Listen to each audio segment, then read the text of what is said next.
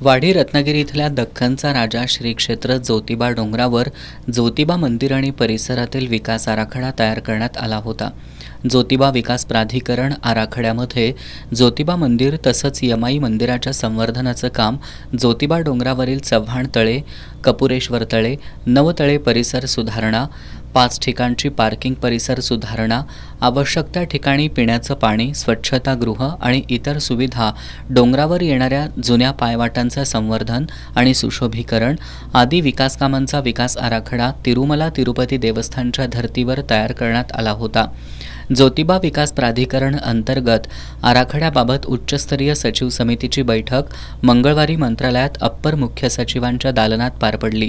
एकूण 1700 कोटी आराखड्यापैकी पहिल्या टप्प्यातील 275 कोटी 59 लाख रुपयांचा निधी मंजूर करण्यात आलाय.